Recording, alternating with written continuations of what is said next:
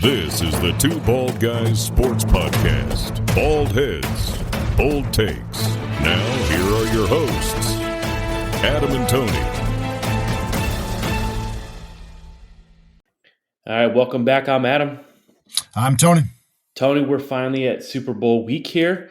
Apparently, this is the last year it's going to be not in President's Weekend, because I think they're doing it next year, which is going to make a lot of people happy because they get the Monday off after or for President's Day. I get it off. I'm lucky enough. Our school, whatever reason, has the Super Bowl, the day after the Super Bowl off. So I get Monday off for this week.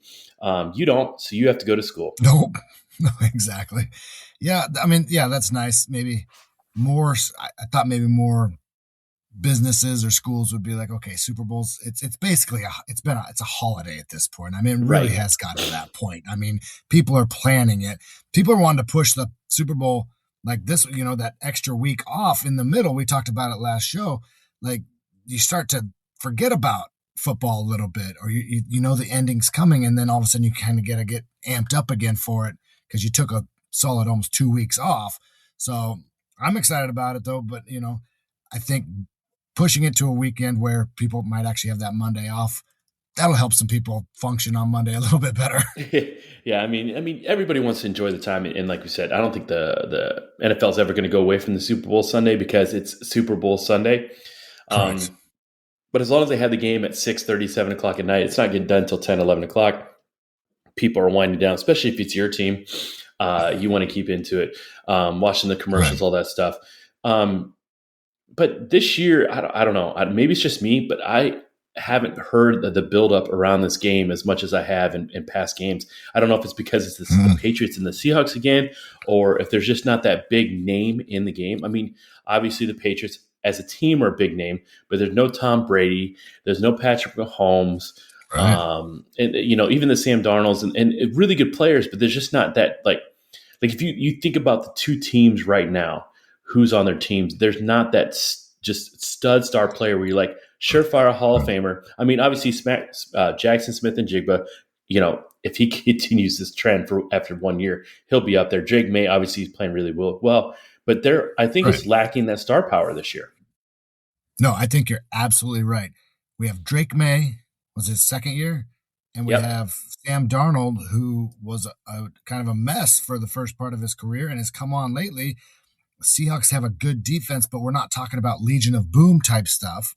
We don't have a Russell Wilson versus Tom Brady. We don't have a, Marshawn Lynch in the backfield. Kenneth Walker, he's a nice running back. He had a couple good playoff games, but you're right. We don't have the big, huge buildup this year. So I don't know. Is this game going to be a letdown? I mean, nobody's really talking about it. I mean, they talk about it a little bit. They talked about Drake May today on ESPN about how many rushing yards he's had and that he's converted more third downs rushing the ball than I think any other quarterback in the league or something, 25, 27 times, something like that. But those are weird stats that I'm just not that interested in. Drake May running for 60 yards a game.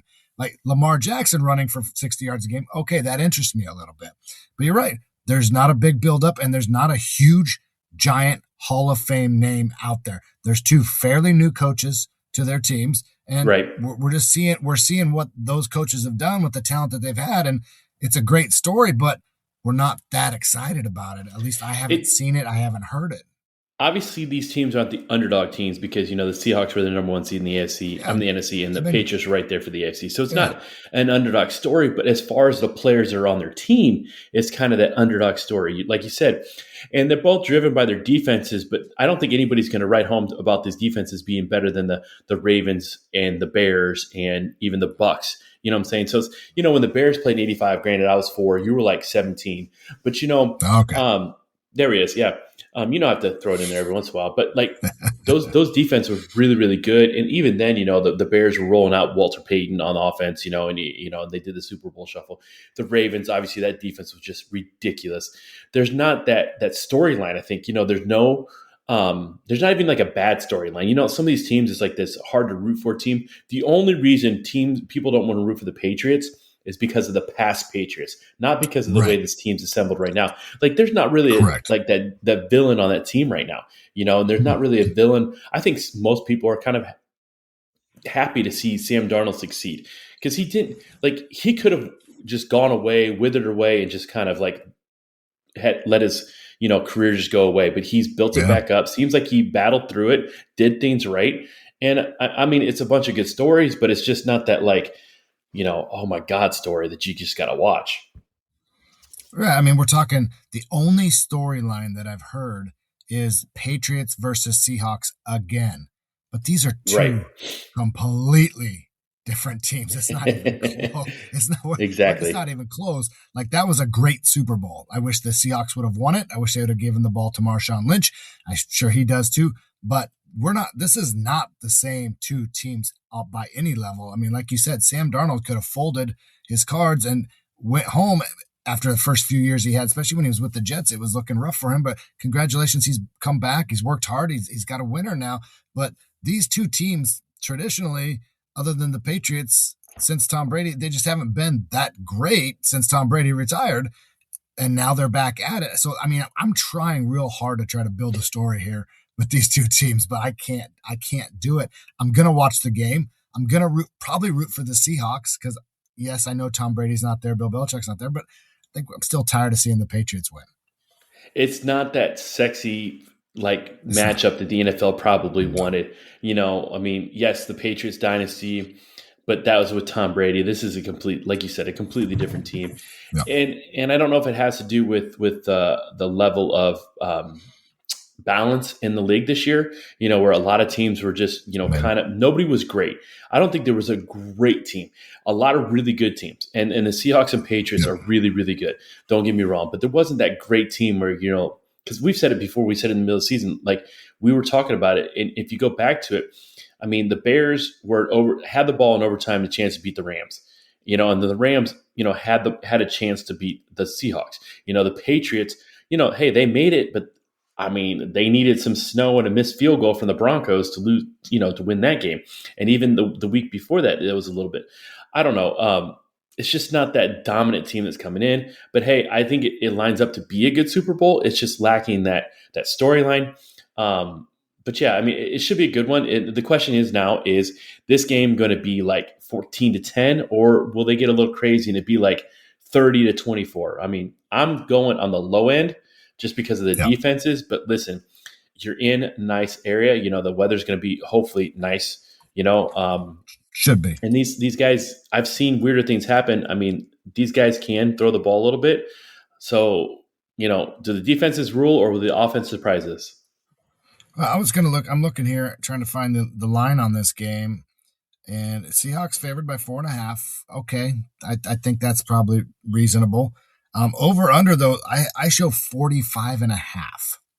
So here we are with 24-21 type of a score, somewhere in that range, Are you going to do this again?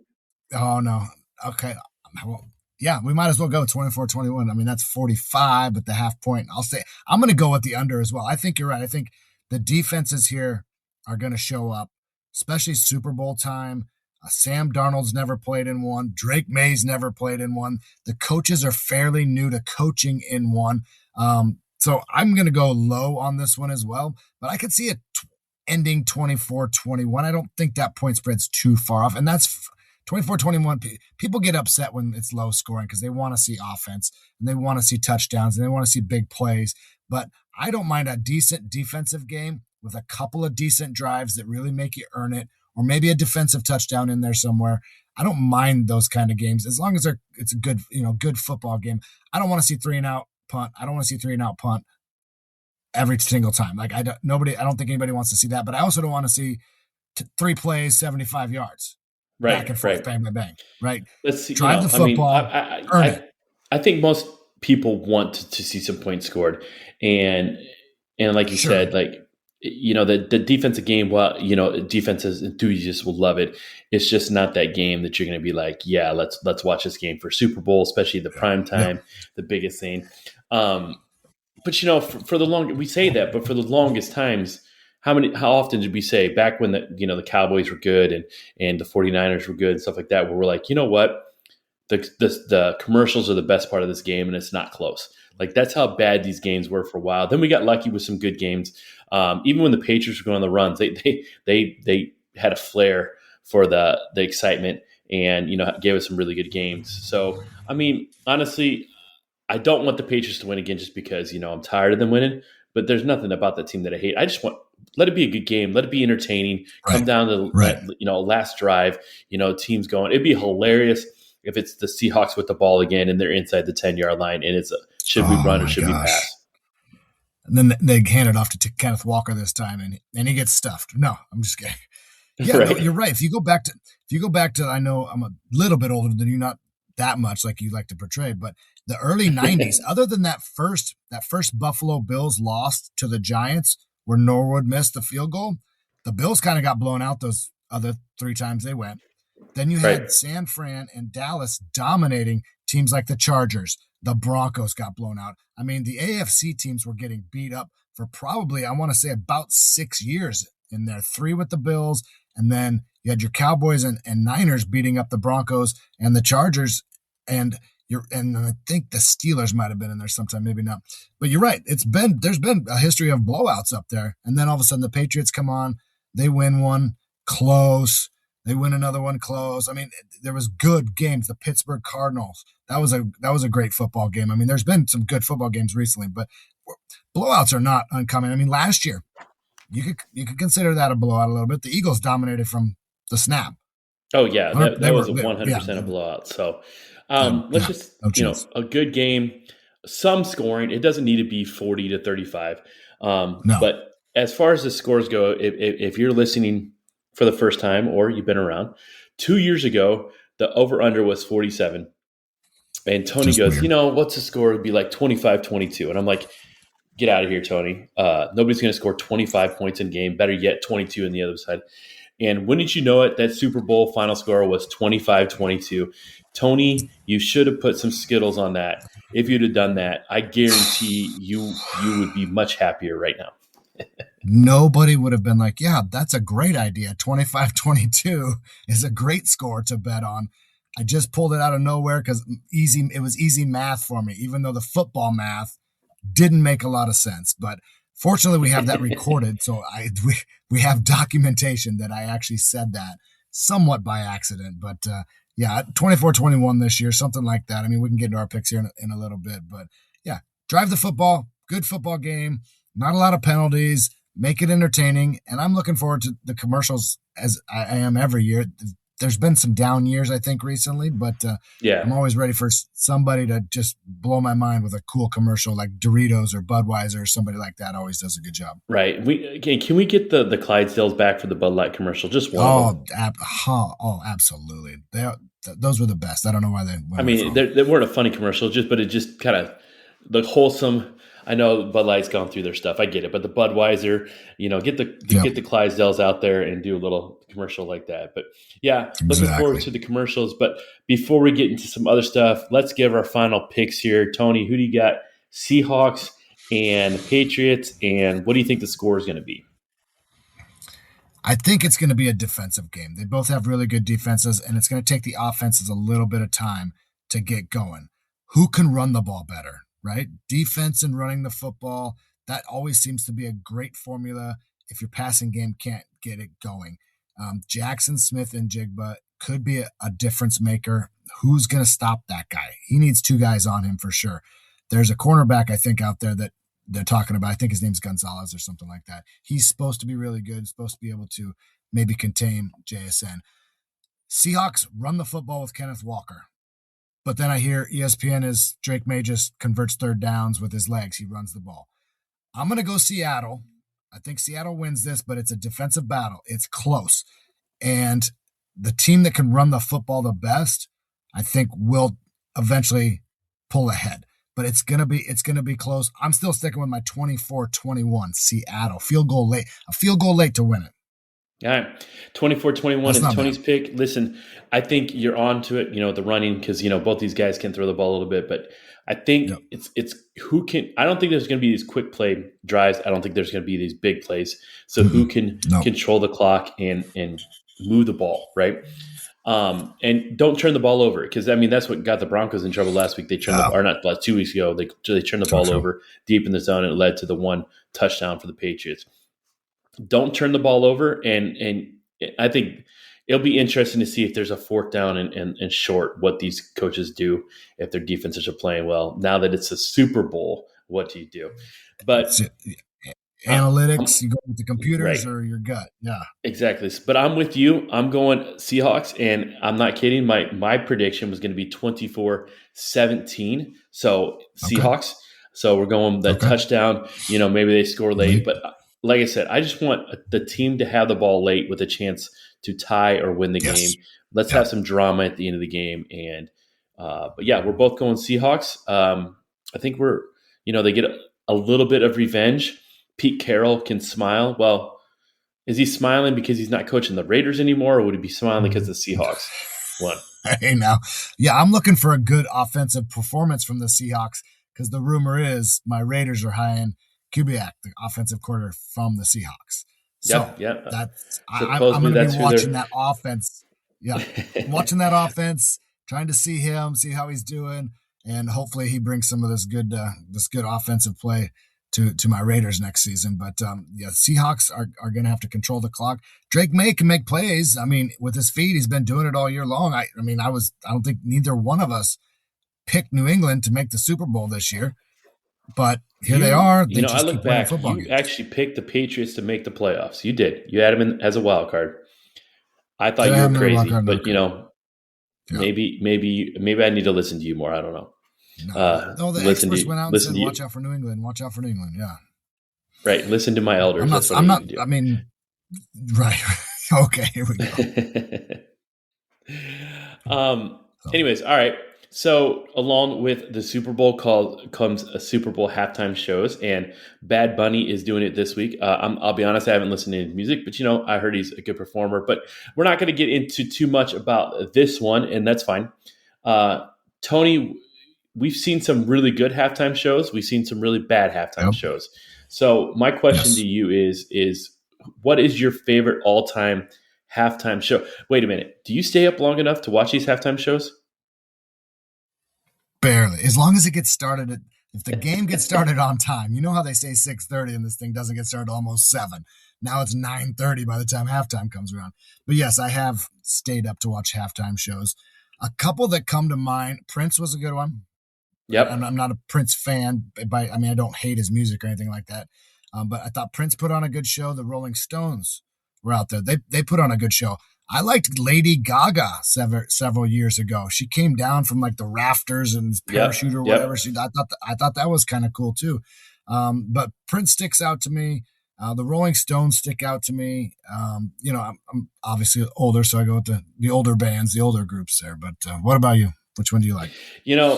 Lady Gaga put on a good show, and like it or not, I mean, and I don't love her music, but Katy Perry put on a good show. I thought she did a good job, especially the one shark that couldn't dance right. But I would agree about that. Prince was really good. You got to give it up for Prince. Michael Jackson way back when, but then again, he started like 5 minutes late. But that was interesting. But my favorite, and it goes back to, I know you're more of the rocker. I'm more of the I don't want to say like rap, but the hip hop guy that I like the stuff. I liked when Dr. Dre and Snoop and Eminem came out, and then came out with 50 Cent too. That was a few years ago. I thought they did a really good job. It just seemed like they had fun. They played all their hits. A lot of us older, generation a little bit could relate to it. It was really good. I like that one. So that was the one that really stuck out to me. But I don't know. You get these other ones. I mean, the Blues Brothers came out one year. That was way back when. Yeah. And these people that come out just by themselves, I think, that Justin Timberlake did it by himself, and The Weeknd kind of did it by himself a little bit. Right. You got to really pack your punch there. These people come out with, these people come with it. I'm sure Bad Bunny's going to bring out some people with it too. I know last year it was kind of that lightning take of Kendrick Lamar. I mean, it was definitely different. They kind of shied away from that a little bit when the FCA came out. They try to go real safe, and they've kind of gone out a little bit. Kendrick didn't do anything that was not safe, but it was just a different one. He's very, very talented. I just didn't know his songs, and I think that's where it gets lost on some people. If they don't have the songs that people listen to, people hate it. And And I didn't love it because I didn't like his songs, but he put on a good show last year. Like Kendrick Lamar did a good job. It's just, I guess it depends on if it's and I think that's the same way it's going to be this year with Bad Bunny. There's going to be a lot of people that haven't heard of it, and they're just going to hate it because they haven't heard of his songs. Right, and that's what happened. Like you said with Kendrick Lamar, people were like, "Oh, that show was awful." The show wasn't awful. Right. You just you don't know his songs. You don't like his songs. Kiss is one of my favorite bands. They put on a great show, but there's people out there that don't know any Kiss songs, and they would say this show's awful. No, you just don't know the band. You're not into the band, so it doesn't matter what that band does or that performer does. You're gonna hate. I mean, Elvis Presley could rise from the dead, and people are gonna be like, "This is an awful show." There's still gonna be those people. But you and I work in high schools, and after the Kendrick Lamar show, you talk to the kids, they like it. They thought, "Oh, that was a good show. That was awesome, great performance," because that's the stuff that they listen to. That's what they like. So you're dead on that. And I said, if you like the performer, it's great. Right, with the FCA, after the Timberlake and Janet Jackson, and they went completely safe. Like they went the Who and the Rolling Stones, and they they went to the old rock bands like that. They were like, nothing's going to happen, and then they started to bring it back a little bit, and I think it's made some people happy because, like I said, for me, I loved when they brought in Eminem and Dr. Dre and all that stuff, but they weren't going to do that right after that FCA. I mean, even Jennifer Lopez and Shakira. I mean, listen, my son loved it. I bet a bunch of guys loved it. I mean, it was a lot to look at, but it was different. And, obviously with that Kendrick Lamar, it is a different thing. And you're right. I taught at the high school too. The kids loved it. They thought it was awesome. Yeah. It was a good performance. Like I said, I just didn't know the songs. And I think it's probably going to be the same way this year.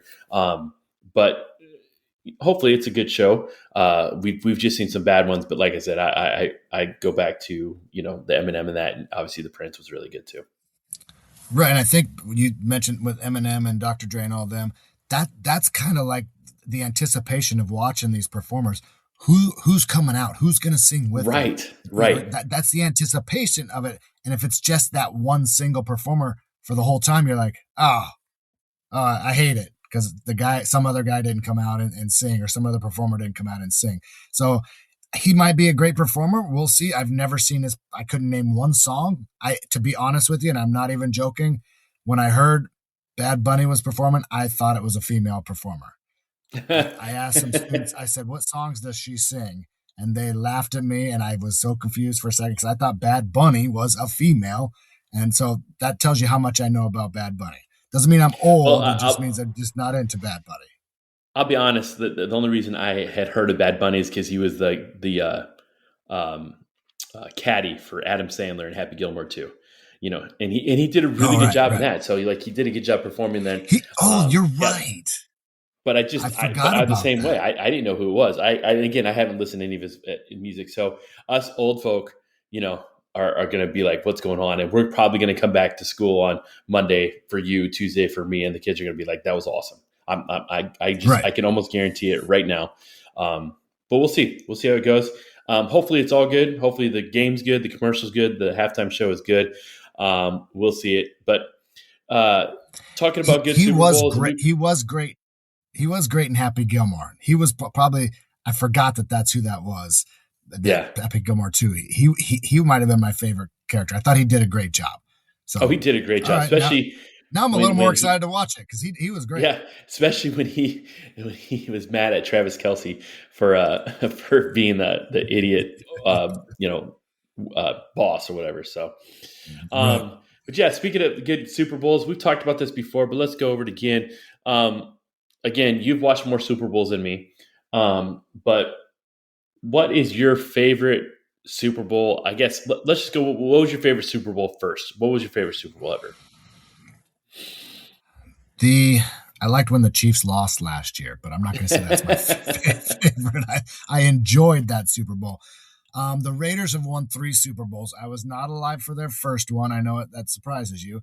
I was technically alive for the 1980 and 83 season when they won the Super Bowl in those 2 years, but I was very young.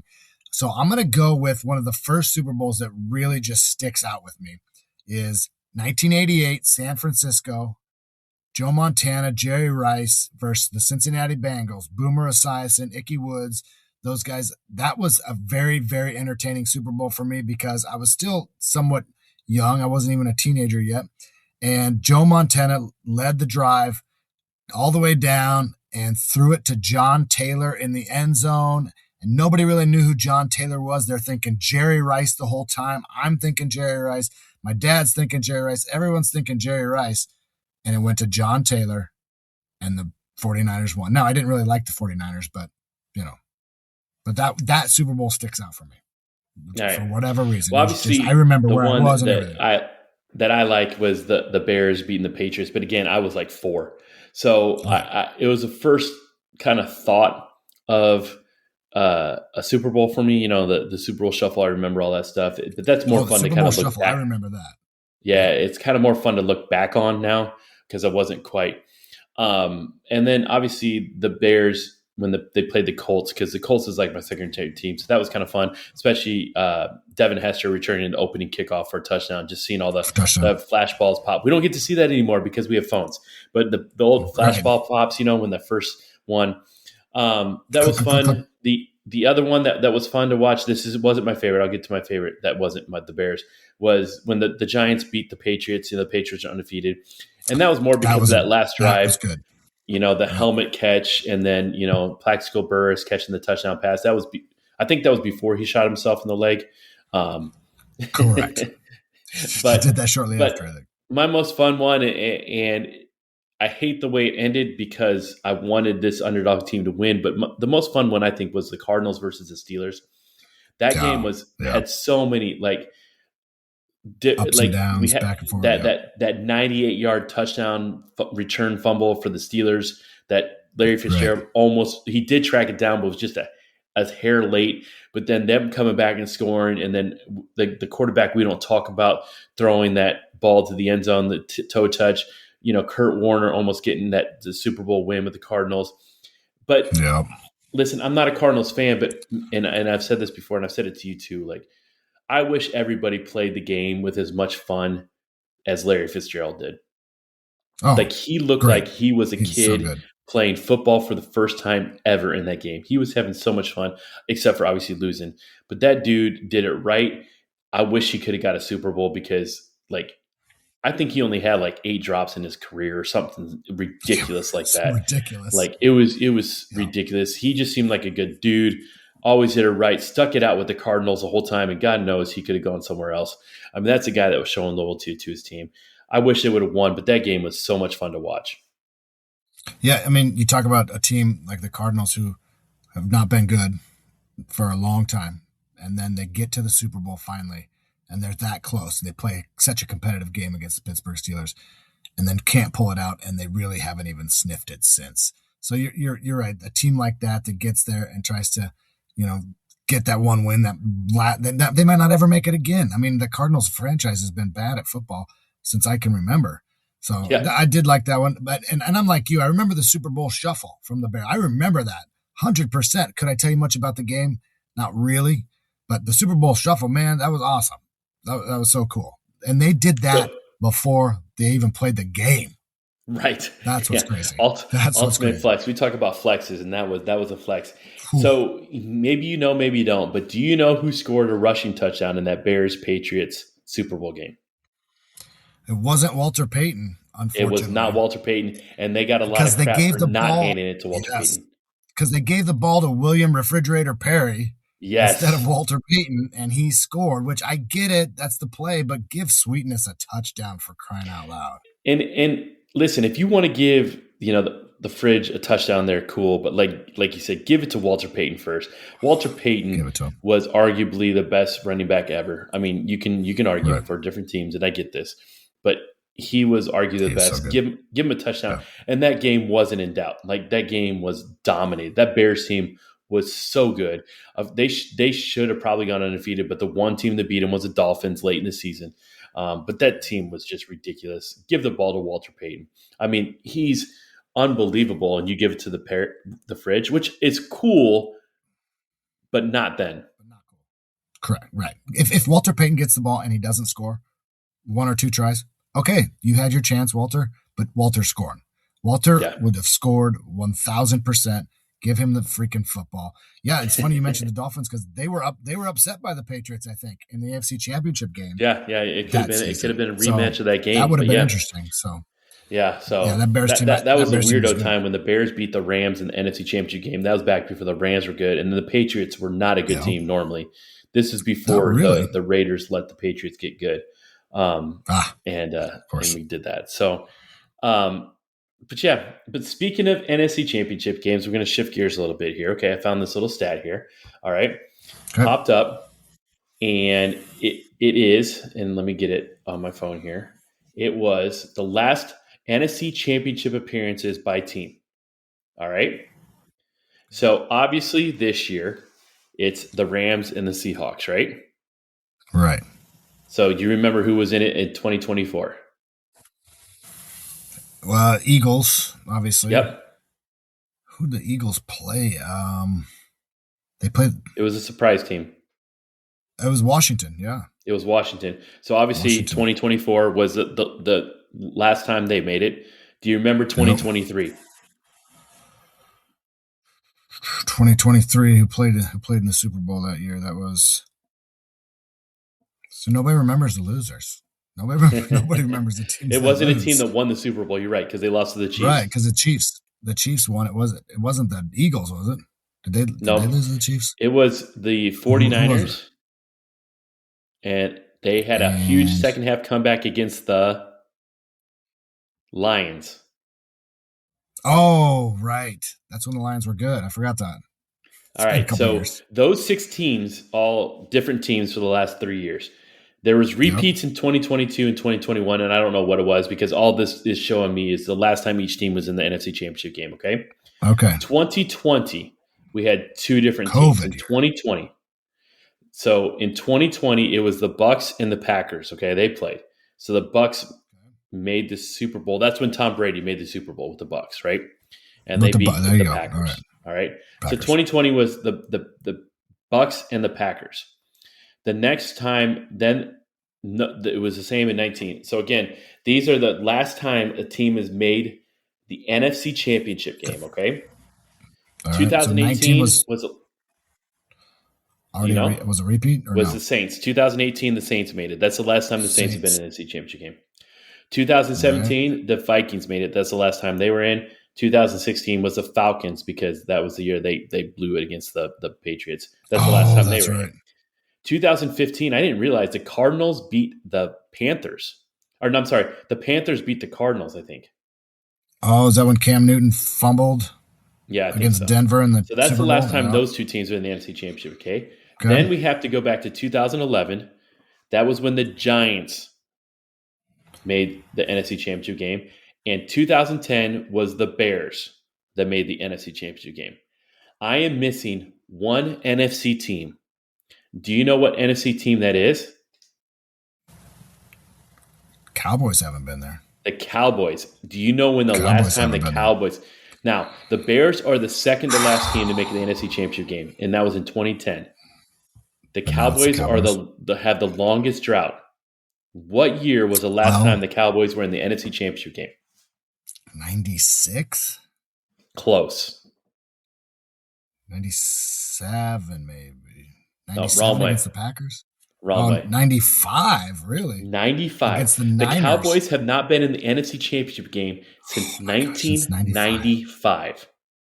They lost to they lost to the Niners that year, didn't they? I don't remember who they lost to, but I'm just telling you. I think so. The Bears are 2010. That's the second longest streak. The Cowboys are 95. 95. Oh my gosh. It's been a good run. 30 years of freaking 31 years. For those of you Cowboys. that can't, well, I guess it'd be 30 years because I guess this one probably considered 2025. Yeah. 30 years. 30 years. 30 years. People make jokes about the Cowboys, but it's been 30 years since they've been in the NFC Championship game. We're not talking Super Bowl. We're talking NFC Championship game. My Raiders have been in an AFC Championship more recently than that. The Dolphins have won a playoff game more recently than that. That's saying a lot, right there. Which, by the way, the Dolphins have the longest streak of not winning it. They have the longest drought of winning a playoff game. The Dolphins. The Browns and the Jets have won a playoff game more recently than the Dolphins. Well, the Browns, when Baker was there, they made a little bit of a run there for a minute. They were decent, but we'll see. Wow, Cowboys fans. Every year it's there. We're them boys every year. And listen, it doesn't look like it's going to change next year. No, nothing's changing. No, they got Jerry Jones either needs to turn that over to somebody else that's younger and more youthful, or they need to get a different quarterback. Like they need change needs to happen because they just keep trying to piece this thing together. It's not working out. Dak's a solid quarterback, but he's not the guy. Not for Dallas anyway. He might go somewhere else and be successful, but not in Dallas. Like we've talked about this too. Like Dak, it puts up a ton of numbers, but how often is it when they're ahead or playing a bad team, or when they're coming back and they're down? Like, what has Dak really done? Like, solid quarterback, could do a lot worse, could 100% do a lot worse. But, like, I mean, he had CeeDee Lamb on one side this year and George Pickens on the other side, and a Ferguson was a decent tight end, and they still couldn't do anything this year. Right. You know, and they had good runs at defenses times in the past. But then there's other times, I mean, they get smacked by the Cardinals.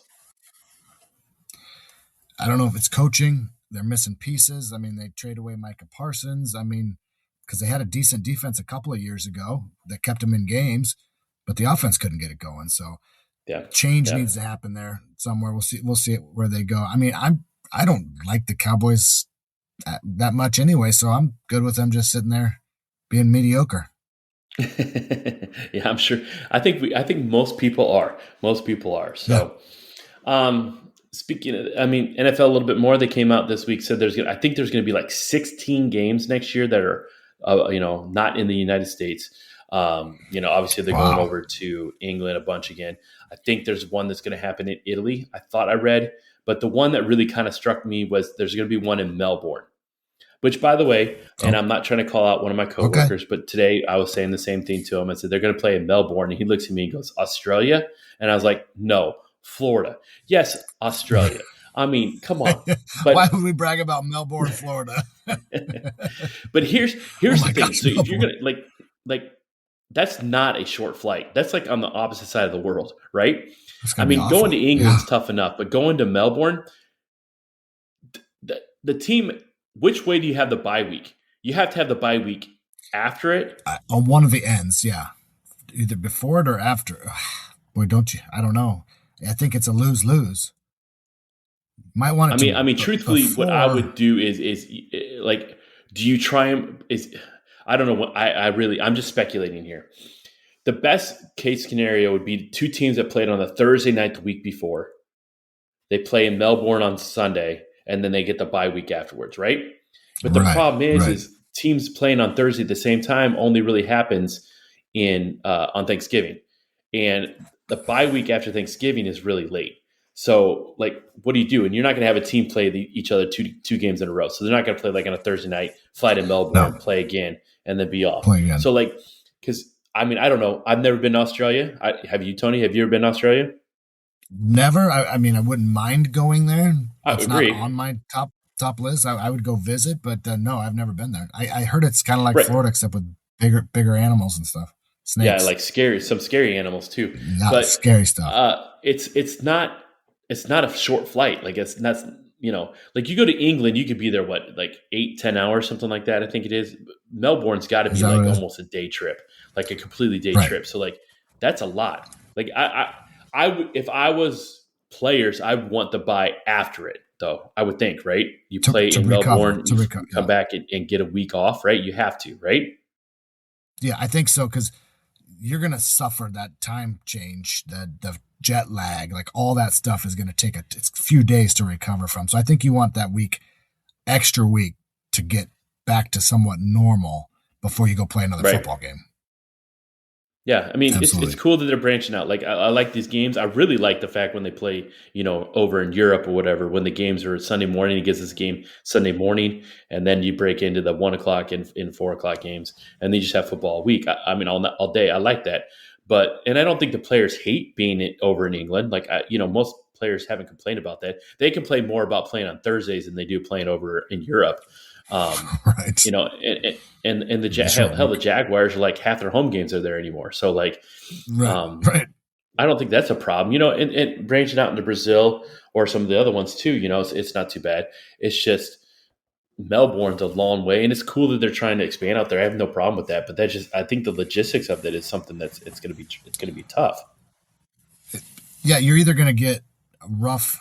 It's going to be rough either way. Either the Melbourne game's going to be rough for you because of the travel to get there, or the week after, if you don't have that bye week after, that game's going to be rough because, man, recovering from the flight and everything and try to prep for the next game, you're kind of screwed either way. You're either the Melbourne game's going to be really, really struggling, which I don't think you want if you're traveling that far. You want to put on a good show out there in Melbourne. But then the week after, if you don't have a bye week after that, boy, that's a long trip back and days to recover, and you're still practicing and trying to get ready for another football game. Whew, that's a tough one. We don't know who's playing in that one yet, but they're going to be dragging. I think it's going to be rough. Yeah, I mean, I think you have to do the bye week afterwards. I think you just do. And it's too much. If you're going out there, like you almost have to get done with the game on Sunday and pretty much travel on Monday or Tuesday, right? Because if it's a full day out there, and you have to get out there and adjust your body before you get out and play there a little bit. Yep, 100%. Yeah, you need a couple of days. I mean, you've been to Hawaii. I've been to Hawaii. That's a 5 or 6, depending on the time change, 5 or 6 hour time change, and that's kind of rough. That can mess with you a little bit, especially sleep schedules and things like that. And that's like what 8-10 hour flight, whatever it was. So can you imagine double, triple flight time, and who knows the time change? I mean, it will mess with you. It's going to mess with you really bad. They have to get out there. They have to have 2 or 3 days to get acclimated to it at minimum. Right. So, but yeah, it'll be interesting. I mean, it's cool that they're branching out there a little bit. It'd be interesting to see which team has to give up the home game for it. But they're trying to do it. They're trying to key into this spot here where they have this huge viewership. The NBA is struggling a little bit. We don't talk about that. No. But yeah, it's doing well. Get out there. I know our Bears and the Raiders have played out in England one time. But who knows? I don't know who's going to be out there. But I don't think teams are going to be lining up to play in Melbourne as opposed to maybe being okay with playing in Europe. Yeah. There's places the players don't mind going, and then there's places the players that are not really excited about going. We'll see who's real excited about that Melbourne trip, because going to London, going over there to Europe somewhere, much better trip, I'm guessing, because you actually probably get to do some touristy stuff while they're over there. Australia, I'm not sure you're going to get a whole lot of time to do some touristy stuff. You're going to be trying to cover from sleep and practice and things like that. So we'll see if they go back to Australia in the future years. Yeah, we'll see. All right, lots of good stuff coming up. Super Bowl coming up. Hopefully we get a good game this week. We'll come back next week and we'll talk, football and get into what some teams need to do and how if we liked it or whatever. Maybe we'll talk commercials then too. So we'll come back and do that next week. Lots of good stuff to talk about. Even though it'll be the off season, we'll have tons of stuff to talk about. But until then, I'm Adam. I'm Tony. Thanks for listening. You have been listening to the Two Bald Guys Sports Podcast with Adam and Tony. Don't forget to check out our partnership with Happy Nuts.